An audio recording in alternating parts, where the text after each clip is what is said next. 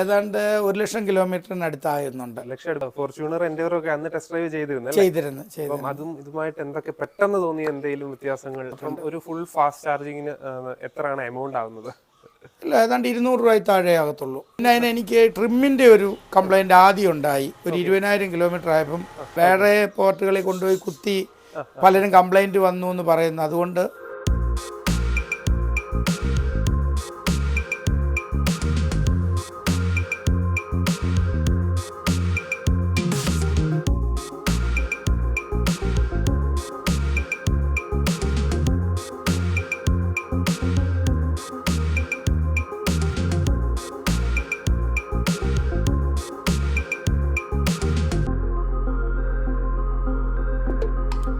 Hello friends, വാക്ക് വിത്ത് നിഫിൻ്റെ ഏറ്റവും പുതിയ എപ്പിസോഡിലേക്ക് സ്വാഗതം. നമ്മൾ ഇന്ന് കൊണ്ടുവന്നിരിക്കുന്നത് ഇസൂസുവിൻ്റെ MU-X ആണ്. ഒരു പെർഫെക്റ്റ് SUV ആണ്. ഇങ്ങനൊരു SUVയുടെ കാര്യം പലർക്കും ഈ ഒരു ലെവലുള്ള SUV എന്ന് പറയുമ്പോൾ നമ്മൾ ഫോർച്യൂണർ, അതുപോലെ എൻഡവർ, അങ്ങനെ കുറച്ച് വാഹനങ്ങൾ മാത്രമാണ് നമ്മൾ കൺസിഡർ ചെയ്യുന്നത്. ഇസൂസുവിൻ്റെ അടിപൊളി ഒരു SUV ഉള്ളതെന്നുള്ള കാര്യം പലരും പല സമയത്ത് മറന്നു പോകാറുണ്ട്. അതനുസരിച്ച് നമ്മുടെ എൽദോ എന്ന് പറഞ്ഞിട്ട് നമ്മുടെ ഒരു സബ്സ്ക്രൈബർ സ്ഥിരമായിട്ട് നമ്മളോട് ചോദിക്കാറുണ്ടായിരുന്നു MU-Xൻ്റെ. അതുപോലെ ഗ്ലോസ്റ്ററും ചോദിക്കാറുണ്ടായിരുന്നു. ഗ്ലോസ്റ്റർ റെഡിയായില്ല. ഗ്ലോസ്റ്റർ നമ്മൾ അധികം താമസിയാതെ റെഡിയാക്കും. അത് നമ്മൾ ഇസ്യൂസു MU-Xൻ്റെ നമുക്ക് ഒരു യൂസർ എക്സ്പീരിയൻസ് റെഡി ആയിട്ടുണ്ട്. അപ്പം അത് ചെയ്യാനായിട്ടാണ് നമ്മൾ വന്നിരിക്കുന്നത്. അപ്പം ഇതിൻ്റെ യൂസർ 2018 ഈ വാഹനം സ്വന്തമാക്കുന്നത്. അപ്പം ഏകദേശം 5 വർഷമാകുന്നു, 4 വർഷം കഴിഞ്ഞു. അപ്പം അത്രയും കാലത്തെ ഒരു യൂസർ എക്സ്പീരിയൻസ് നമുക്ക് അദ്ദേഹത്തോട് ചോദിച്ച് മനസ്സിലാക്കാം. വളരെ പവർഫുള്ളായ ഒരു എൻജിൻ ആണ്. അതുപോലെ ഡ്രൈവിംഗ് കംഫോർട്ടും എല്ലാം ഫോർച്യൂണറിനെ വെച്ചൊക്കെ കമ്പയർ ചെയ്യുമ്പോൾ അതിയായ വ്യത്യാസമുണ്ടെന്നാണ് അദ്ദേഹം പറഞ്ഞത്. അപ്പോൾ നമുക്ക് ഡയറക്റ്റ് ചോദിച്ചിട്ട് കാര്യങ്ങളെല്ലാം ചോദിച്ച് മനസ്സിലാക്കാം. ഓക്കെ, ഇതാണ് നമ്മുടെ ഇസ്യൂസു MU-Xൻ്റെ ഓണർ. അയെങ്കിൽ ഒന്ന് ഇൻട്രൊഡ്യൂസ് ചെയ്യും നമ്മുടെ പ്രേക്ഷകർക്ക് വേണ്ടിയിട്ട്. എന്ത് ചെയ്യുന്നു? എൻ്റെ പേര് മാത്യു കെ തോമസ്. പത്തനംതിട്ട അടുത്ത് വയലത്തല എന്ന് പറയുന്ന സ്ഥലത്ത് താമസിക്കുന്നു. ഞാൻ പമ്പ ഫെർട്ടിലൈസേഴ്സ് ആൻഡ് കെമിക്കൽസ് എന്ന് പറഞ്ഞൊരു കമ്പനിയുടെ MD ആണ്. ഞാൻ ഏതാണ്ട് 2018 MU-Xൻ്റെ ഇസൂസുവിൻ്റെ MU-X വണ്ടി എടുത്തതാണ്. അപ്പോൾ പലരും ഇതുപോലെ ഫോർച്യൂണറിനെ പറ്റിയൊക്കെ എൻ്റെ അടുത്ത് പറഞ്ഞു. എൻഡോവർ ഞാൻ ടെസ്റ്റ് ഡ്രൈവ് ചെയ്തു, ഫോർച്യൂണർ ചെയ്തു. അത് കഴിഞ്ഞാണ് എൻ്റെ ഒരു ബ്രദറിൻ്റെ മോന് ഇതുപോലെ പറയുന്നു ഇസൂസു ഒന്ന് നോക്കെന്ന് പറഞ്ഞു. അങ്ങനെയാണ് ഇസൂസുവിൻ്റെ ടെസ്റ്റ് ഡ്രൈവ് ചെയ്യുന്നത്. ചെയ്ത് കഴിഞ്ഞപ്പം തന്നെ മറ്റു വണ്ടികളെ അപേക്ഷിച്ച് എനിക്ക് വളരെ താല്പര്യമായിട്ട് തോന്നി. ഇപ്പോൾ 5 വർഷമായിട്ട് ഞാൻ ഉപയോഗിക്കുന്നു. ഏതാണ്ട് 5 വർഷത്തോളം അടുക്കാറായി. ഞാൻ ആ വെള്ളപ്പൊക്കത്തിൻ്റെ സമയത്തൊക്കെ ആണെങ്കിലും വളരെയധികം വെള്ളത്തിൽ കൂടെയൊക്കെ അനേകം പ്രാവശ്യം ഓടിക്കുന്നതിനിടയാകുകയൊക്കെ ചെയ്തു. അതുപോലെ തന്നെ ഓഫ് റോഡ് പോയിട്ടുണ്ട്. ഓഫ് റോഡ് പോകുന്നതിനും ഏറ്റവും നല്ല കംഫർട്ടബിളായിട്ടുള്ള ഒരു വാഹനമായിട്ട് ഇസൂസുവിൻ്റെ MU-X എനിക്ക് തോന്നിയിട്ടുണ്ട്, ഫീൽ ചെയ്തിട്ടുണ്ട്. അപ്പം 5 വർഷത്തെ എക്സ്പീരിയൻസ് ആകുന്നു. ഇപ്പം ഇത്രയും കാലം ആയി. അപ്പം എത്ര കിലോമീറ്റർ ആയിട്ടുണ്ട് ഏകദേശം? ഏതാണ്ട് 1,00,000 കിലോമീറ്ററിനടുത്തായിരുന്നുണ്ട്. ലക്ഷം അടുപ്പിച്ചായി. ഓക്കെ. അപ്പം ഫോർച്യൂണർ എൻഡേവർ ഒക്കെ അന്ന് ടെസ്റ്റ് ഡ്രൈവ് ചെയ്തിരുന്നു. അപ്പം അതും ഇതുമായിട്ട് എന്തൊക്കെ പെട്ടെന്ന് തോന്നിയ എന്തെങ്കിലും വ്യത്യാസങ്ങൾ യാത്രാസുഖത്തിലോ അല്ലെങ്കിൽ പവറിലോ? യാത്ര കംഫർട്ട് ഫോർച്യൂണർ ഞാൻ ഓടിച്ചപ്പോൾ ഫോർച്യൂണർ ഭയങ്കര തെറുപ്പായിട്ട് എനിക്ക് തോന്നിയാണ്. അപ്പോൾ അത് വെച്ച് വരുമ്പോൾ കംഫർട്ടാണ്. യാത്ര ചെയ്ത് നമുക്ക് ക്ഷീണമില്ല. അങ്ങനെ പിന്നെ അതുപോലെ തന്നെ ഇതിൻ്റെ ബാക്ക് സീറ്റുകൾ നമുക്കൊന്ന് കിടക്കണേ പോലും അങ്ങനെ വളരെ കംഫർട്ടാണ്. പിന്നെ ലഗേജ് ആണെങ്കിൽ പോലും നമുക്ക് അത്യാവശ്യം ഇപ്പം ലഗേജ് ആണെങ്കിൽ പോലും ബാക്കിലെ 2 സീറ്റും നമുക്ക് ഫോൾഡ് ചെയ്ത് വെച്ച് നമുക്ക് ലഗേജ് കൊണ്ടുപോകാനും ഒക്കെ പറ്റും. തേർഡ് റോ സീറ്റ് ഇപ്പം ഫോർച്യൂണറിനെ ഒക്കെ അപേക്ഷിച്ച് എന്താണ്? വളരെ കുറവ്, തെറുപ്പ് വളരെ കുറവാണ്. അങ്ങനെ കംഫർട്ടബിൾ ആണ്. മൂന്നാമത്തെ സീറ്റും കംഫർട്ടബിൾ ആണ്. മൂന്നാമത്തെ സീറ്റ് യൂസ് ചെയ്യുമ്പോൾ ഡിക്കി സ്പേസ് എങ്ങനെയാണ്? അത്യാവശ്യം നമുക്ക് കുറച്ച് അല്ലെങ്കിൽ പോലും സെപ്പറേറ്റ് ഒരു സീറ്റ് നമുക്ക് മറിച്ചിടാം. നമ്മുടെ ആളിൻ്റെ അനുസരിച്ച് നമുക്കിത് ചെയ്യാം. ഈ കഴിഞ്ഞ ദിവസം ഞങ്ങൾ മൂന്നാർ കൊണ്ട് പോയിട്ടുണ്ടായിരുന്നു. അതിന് യാത്ര വളരെ കംഫർട്ടബിൾ ആണ്. ബോഡി റോളിംഗും അതിനെ അപേക്ഷിച്ച് കുറവായിരിക്കും. നമുക്ക് ഏതാണ്ട് മൈലേജ് പോലും ഏതാണ്ട് ലോങ് ട്രിപ്പ് ഒക്കെ ആണെങ്കിൽ 12 ഒക്കെ വരെ കിട്ടുന്നുണ്ട്. പിന്നെ നമ്മുടെ ഇവിടുത്തെ ഓടിക്കയ്ക്ക് ഏതാണ്ട് 10-10.5 മൈലേജ് കിട്ടും. ഓക്കെ. അപ്പം ഇത് എവിടുന്നായിരുന്നു ഈ വാഹനം എടുത്തത്? അന്ന് എറണാകുളത്തെ ഉള്ളായിരുന്നു. എറണാകുളത്ത് മണികണ്ഠൻ മോട്ടേഴ്സിൽ നിന്നാണ് അന്ന് വണ്ടി പർച്ചേസ് ചെയ്യുന്നത്. അത് കഴിഞ്ഞ് ട്രിവാൻഡ്രത്ത് EVMകാർ ഷോറൂം തുടങ്ങുകയും അപ്പോൾ അവർക്ക് അവിടെ സർവീസുണ്ട്. അപ്പോൾ സർവീസ് നമ്മൾ അവരറിയിക്കും. മാസത്തിൽ ഒരു പ്രാവശ്യം പത്തനംതിട്ട സർവീസ് വരുന്നുണ്ട്. അപ്പോൾ അവരത് അറിയിക്കും. നമ്മൾ EVM അവിടെ തന്നെ ഇല്ല. അഥവാ നമുക്ക് എന്തെങ്കിലും അസൗകര്യം ഉണ്ടെങ്കിൽ പോലും ഇവരിവിടെ വന്ന് സർവീസ് ചെയ്ത് തരുന്നു. വീട്ടിൽ വന്ന് സർവീസ് ചെയ്ത് തരുന്നുണ്ട്. ഓക്കെ. അപ്പം 2018 ഇത് എടുത്തപ്പോൾ എത്രയായിരുന്നു ഓൺ റോഡ് പ്രൈസ് ആയിട്ടുണ്ടായിരുന്നു? അന്ന് ഓൺ റോഡ് 36,000 ആയിരുന്നു. 36 lakhs. 36 lakhs ആയിരുന്നു അന്നത്തെ പ്രൈസ്. ആ സമയത്ത് മറ്റ് കോമ്പറ്റേറ്റേഴ്സിനും ആ ഒരു റേഞ്ച് ഒക്കെ ഏകദേശമായിരുന്നു. ഫോർച്യൂണറിനും ഒക്കെ ആ റേഞ്ച് ഒക്കെ അടുത്തൊക്കെ. എൻഡവറും ഫോർച്യൂണറും ആണ് ടെസ്റ്റ് ഡ്രൈവ് ചെയ്തത്. എൻഡോവർ അതിൽ ഇച്ചിരി റേഞ്ച് കൂടുതലാണ്. ഫോർച്യൂണറും ചെറിയ വ്യത്യാസമുണ്ട്. ഏതാണ്ട് 39 ആയിരുന്നു തോന്നുന്നു.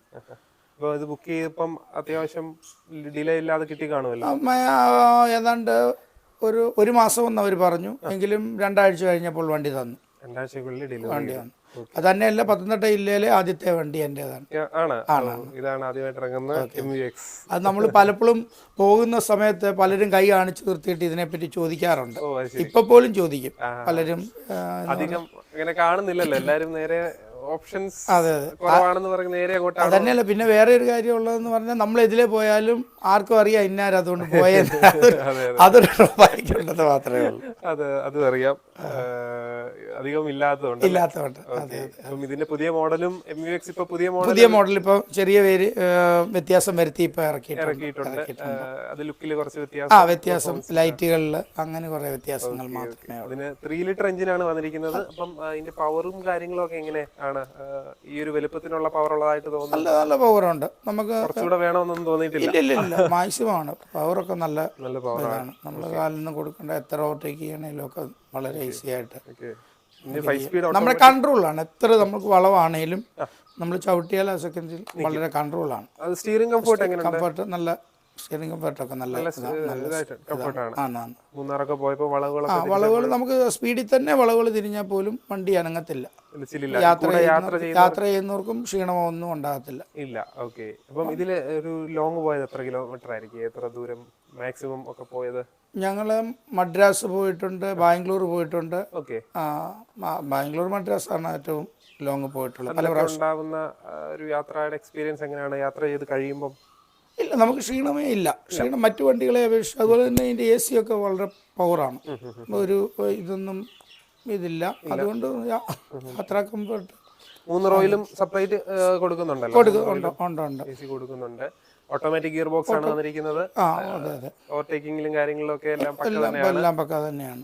മാനുവലായിട്ടും അത് യൂസ് ചെയ്യാം. ഓക്കെ. മാറ്റിയിട്ടാൽ മാനുവലായിട്ടും നമുക്ക് യൂസ് ചെയ്യാൻ പറ്റും. ഓക്കെ. അപ്പം മറ്റൊരു വാഹനം ഇവിടെ കിടക്കുന്ന കണ്ടു, നെക്സൺ EV. നമ്മൾ കഴിഞ്ഞ ദിവസം നെക്സൺ EVയുടെ യൂസർ എക്സ്പീരിയൻസ് വിശദമായിട്ട് ചെയ്തതാണ്. അതിലൊരു ക്വസ്റ്റ്യൻ നമ്മൾ വിട്ടുപോയായിരുന്നു. അപ്പം അത് കഴിഞ്ഞ ദിവസം ഒരാൾ കമന്റ് ചെയ്തപ്പോഴാണ് നമ്മൾ കാണുന്നത്. നെക്സൺ EVയിൽ ലോങ് പോയിട്ടുണ്ടോ? ലോങ് എന്ന് പറഞ്ഞാൽ തൃശ്ശൂർ വരെയൊക്കെ പോയിട്ടുണ്ട്.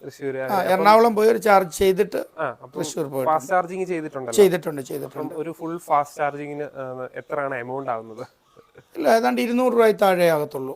200 രൂപയാണ് ഒരു ഫാസ്റ്റ് ചാർജിങ്. മാക്സിമം 200 ആകത്തില്ല, താഴെ നിൽക്കത്തുള്ളൂ. ഓക്കെ. അപ്പം ആ ഒരു ക്വസ്റ്റൻ ആയിരുന്നു ഒരാൾ ചോദിച്ചത്. നമ്മൾ കഴിഞ്ഞ വീഡിയോയിൽ വിട്ടുപോയത്, അതിന്റെ ഇടയ്ക്കൊന്ന് ചോദിച്ചതേ ഉള്ളൂ.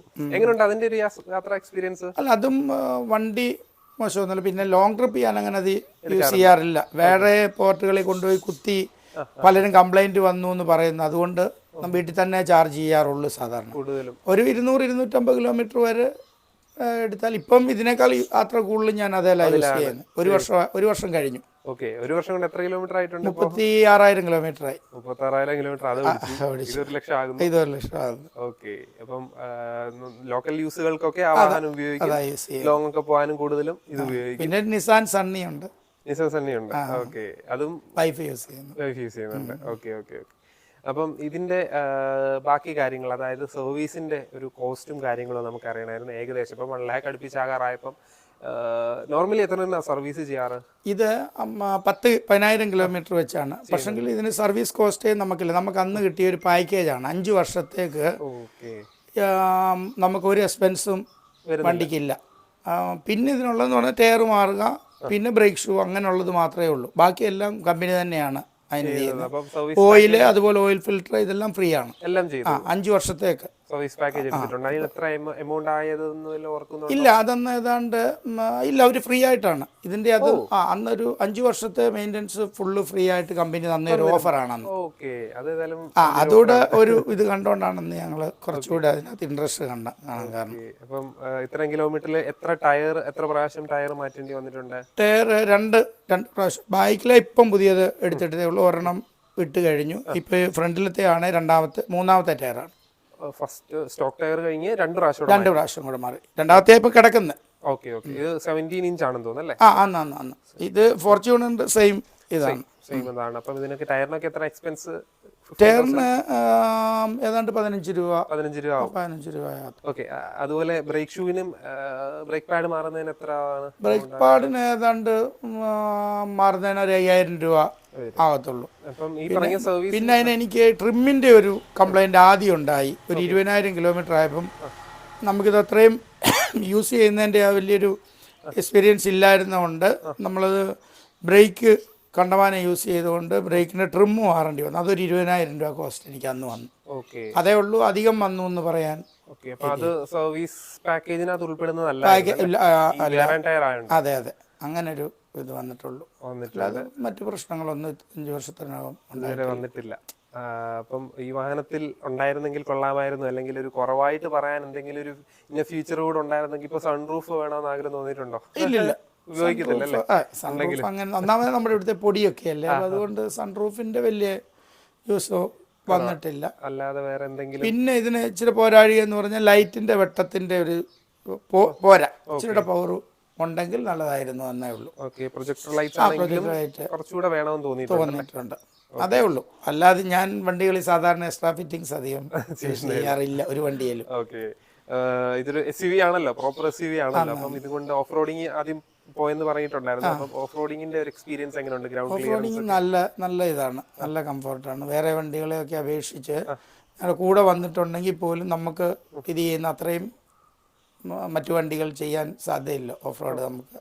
പിന്നെ നമുക്കൊരു കുലുക്കോ അങ്ങനൊന്നും വലുതായിട്ട് ഷെയ്ക്ക് ചെയ്യാറില്ല, വലിയ ബുദ്ധിമുട്ടില്ല. നല്ല സസ്പെൻഷനാണ്. പിന്നെ അതുപോലെ തന്നെ ഇതിൻ്റെ എന്താണെന്ന് വെച്ചാൽ ചരിവുകൾ വരുമ്പോൾ പോലും നമുക്ക് വണ്ടിയല്ലത് അത്രയും ബാലൻസ് ആയിട്ട് അറിയത്തില്ല. അങ്ങനെ കുറേ കാര്യങ്ങളുണ്ട്. അപ്പം അതൊക്കെയാണ് നമുക്ക് MUXനെ പറ്റി നമുക്ക് ചോദിക്കാനുള്ളത്.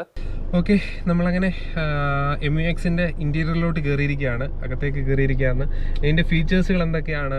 എല്ലാ ഫീച്ചേഴ്സുകളും വരുന്നുണ്ടായിരിക്കുമല്ലോ. ക്രൂസ് കൺട്രോൾ വരുന്നുണ്ട്, സ്റ്റിയറിംഗ് കൺട്രോൾസ് എല്ലാം ഉണ്ട്. അതുപോലെ തന്നെ സ്പീക്കർ ആണെങ്കിൽ പോലും നമുക്ക് കയ്യിൽ തന്നെ ഹാൻഡിൽ ചെയ്യാൻ.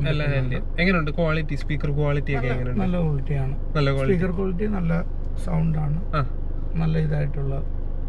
നമുക്ക് ഫ്രണ്ടിൽ അത്രയും വേണ്ടെങ്കിൽ ബാക്കിലൊക്കെ അതിന്റെ സൗണ്ട് കൂട്ടി എല്ലാം അഡ്ജസ്റ്റ് ചെയ്യാൻ പറ്റുന്ന രീതിയിലാണ്. അതുപോലെ തന്നെ ബാക്ക് AC ഒക്കെ ആണെങ്കിലും വളരെ പവറാണ്, തുറന്ന് നമുക്ക്.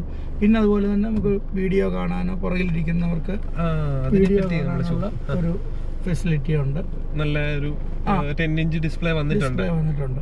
അപ്പൊ അതിരുന്ന് ഡ്രൈവർക്ക് കാണാൻ പറ്റത്തില്ല, അല്ലാത്തവർക്ക് ഡ്രൈവിംഗ് ശ്രദ്ധിക്കട്ടെ അല്ലേ?